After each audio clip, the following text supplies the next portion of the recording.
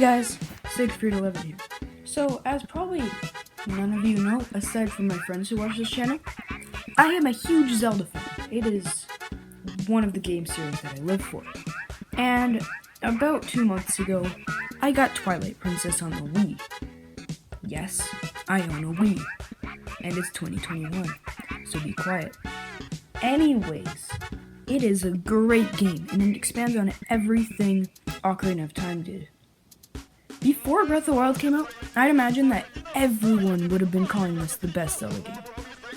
After all, it ranks like 2 on my top Zelda games list.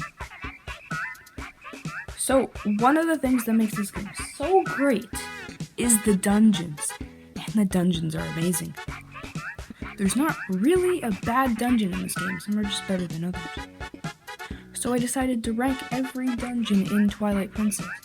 So without further ado, let's do this. At number 9, we have the Temple of Time. So, what is the Temple of Time? In most Zelda games, it's this beautiful place. And what puts it at the bottom of the spot is how disappointing it was. Like I said, Temple of Time is beautiful, and it contributes a ton to the story in other Zelda games. But it's very boring. So, first of all, it's linear. You go one way, you go back the same way. Second of all, when you get the Dominion Rod, it is so slow and clunky. Probably one of the clunkiest items in the game. Plus, anyone who's done this without a guide can talk to me about how crappy the boss key is.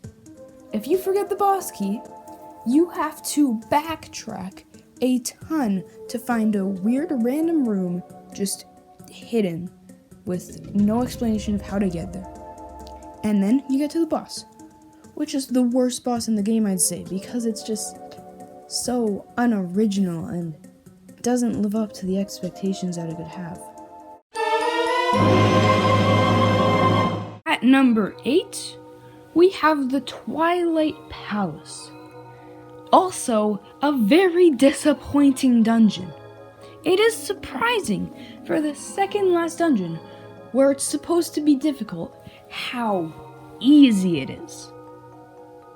Plus, these floor master, wall masters that can't really tell are so obnoxious, especially when you can't get the aiming right with the claw shot.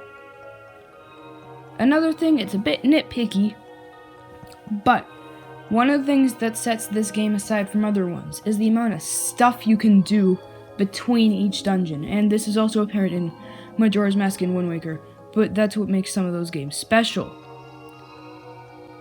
In Ocarina of Time, something like that, you just go, dungeon, okay, good. Dungeon, okay, good. In this one, you do side quests and a ton of stuff between each dungeon. So, in this one specifically, you go straight from City in the Sky right to this dungeon, which kinda makes me sad on the first spot because I missed all the stuff that I was doing in between. But onto the dungeon, the only thing that saves it is the boss fight. This was one of the best boss fights in the game, going to all the old places and fighting Zant. It was so fun and really original. Number 7, we have the Forest Temple, the first dungeon in the game. And while it is technically the first dungeon in the game, you've gone through a lot of crap before you get here. The entrance to this game, everyone knows, is long. So, by the time you get to Forest Temple, you already know the ropes of the game. It's not quite as much of a tutorial as other games. So, since you already kind of know what you're doing, it doesn't feel like a first dungeon. It just feels like a starter dungeon, which is what puts it higher on this list, because it's special. However, the monkeys were tedious, and the boss fight was it was alright. The item, the Gale Boomerang, was really unique though. It was cool to be able to control wind and move all the fans. At number 6 is the Lakebed Temple, also known as the Water Slide Temple, which is what me and my friends like to call it, because of all the water slides. Pretty self-explanatory. So, this is probably one of the best water temples in a Zelda game, but it's also kind of complicated. First, second, third dungeons, and it was just bland. You didn't do that much, and plus I disliked the swimming controls a lot. A lot of people like it. I heavily disliked it in this game.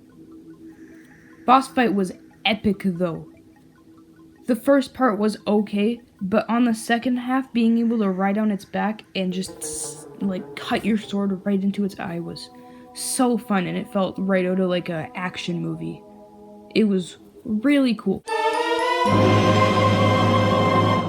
So at top 5, a bit of a surprise, we have the final dungeon, Hyrule Castle, and then the reason why it is surprisingly low or high is because of how easy it is and short.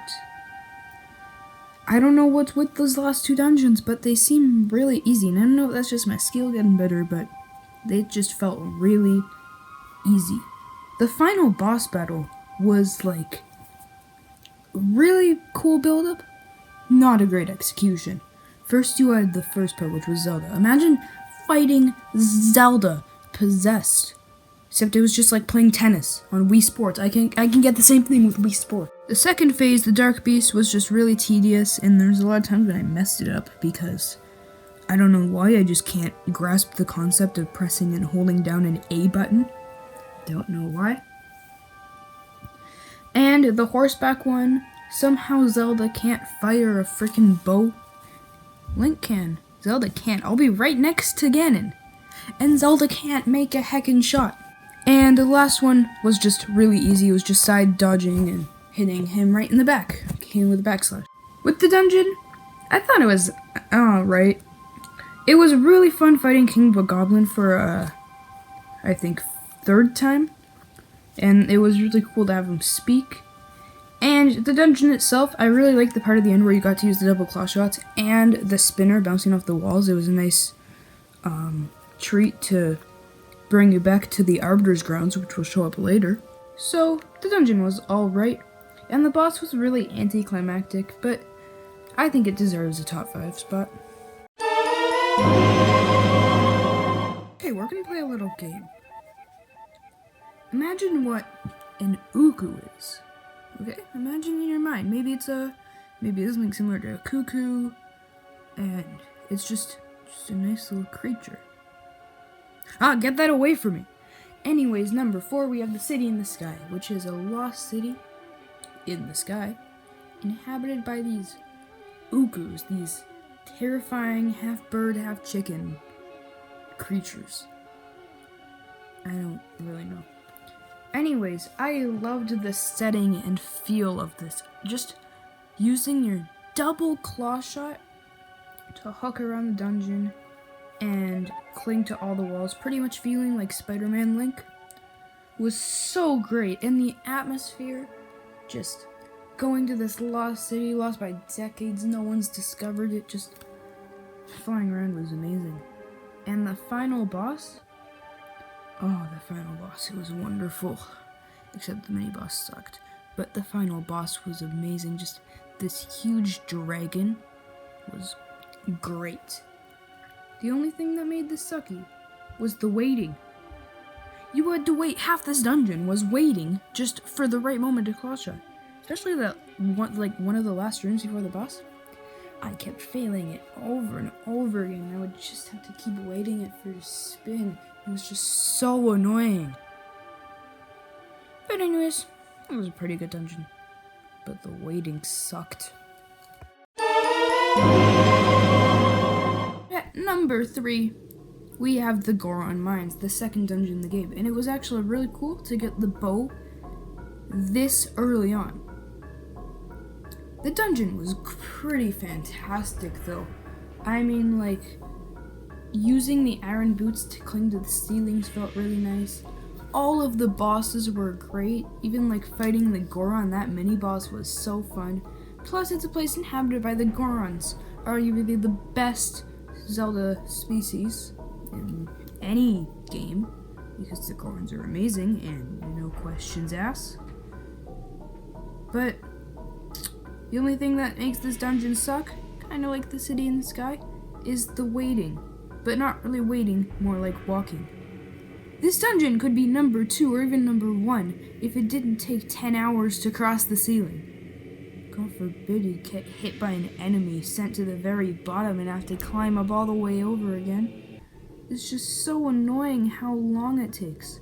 Plus, the first quarter of this dungeon was so bad, and there's just like, it was terrible. But what redeemed it was the bosses, the execution, the atmosphere is beautiful. Number 2 is what some people might not agree with really, but I do. It's the Snow Peak Ruins. So, the build up to this, racing the Yeti on the snowboard was so fun, and I'm like 99% sure that it's what inspired the shield surfing in Breath of the Wild, which was really fun. But anyways, into the actual dungeon, going through this unexplored house overrun with monsters was great. Plus, I just loved finding soup for the Yeti. The cannons were really fun too, shooting those things out before you got the ball and chain. That was really fun. And I don't know, the atmosphere is great. But the one great thing was that boss fight. It was such a twist and turn of events to fight Yetta. And using the floor as a mirror to see where her attacks are gonna hit was great. It was so nice. I don't know why more games don't do that. But anyway, Snow Peak definitely deserves a spot at number 2. But can you guys guess what's that number 1? You probably can, because it's everyone's number 1 pretty much. Number 1, we have the Arbiters Grounds, the best dungeon in this game, and probably one of the best dungeons in Zelda of all time, any of the games. What makes it so great? Well, one of the reasons is the spinner. The spinner, one of the best items, one-off items. You become a Blade, which is great. You spin around, you cling to the walls, it's just a great time for everyone. Plus, the atmosphere. I know I say the atmosphere is great with all the dungeons, but that's because it is. They build an amazing atmosphere in this game. And going to this old execution center was great. Plus, some people might hate finding all the pose, but I thought it was really fun to go through the dungeon and have an objective, kind of like the Forest Temple in Ocarina of Time. The only thing that I really didn't like was the rats that you have to find out. That took me so long. And the beetles. They're horrendous. But we haven't gotten started on the boss fight. The boss fight against Star-Lord was amazing. The first part, hitting his spine, such a fun time. You just felt out of control, and it was such a good experience. But where it really shined was fighting just its disembodied head in the sky and switching off the walls. It was so nice. Why can't more games have boss fights so clever as this? Also, it kickstarts the fact that you have to find the Mirror of Twilight, which was a great story for this game. Anyways, it's just such a great dungeon. So, did you like my list? Did you agree with my spots? Maybe put down in the comments section what you think should be number 1, what you think should be your list. But anyways, see you guys later.